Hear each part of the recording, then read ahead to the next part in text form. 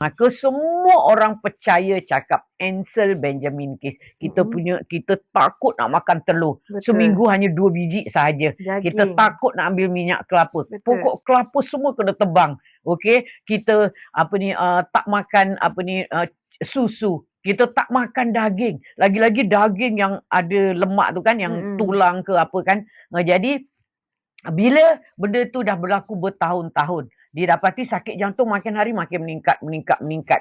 Okey, dan waktu tu ada seorang saintis tu dia perasan benda ni. Okey, dan dia pun buat kajian kepada, maknanya adakah betul Ansel Benjamin Keith ni cakap. Okey, dia buat kajian dekat negara yang banyak menggunakan lemak.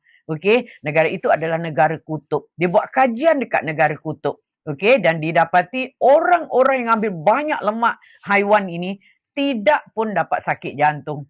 Okey, orang-orang Eskimo sana susah nak dapat sakit jantung. Kemudian dia kata, lemak haiwan bukan penyebab sakit jantung, bukan penyebab kolesterol meningkat. Jadi dia pergi dekat 2 pulau. Pulau itu adalah Pulau Puka-Puka dan Pulau Tokelau. Jadi dia buat kajian dekat pulau ni. Pulau ini orang semua makan lemak. Okey, maknanya lemak daripada tumbuhan.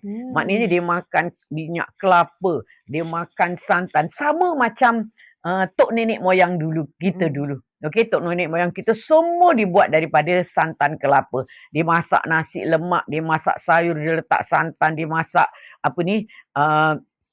kari, dia letak santan, dia masak punten, dia masak apa lagi, semuanya dia letak santan. Okey, dan didapati orang dekat pulau ini tak ada pun sakit jantung.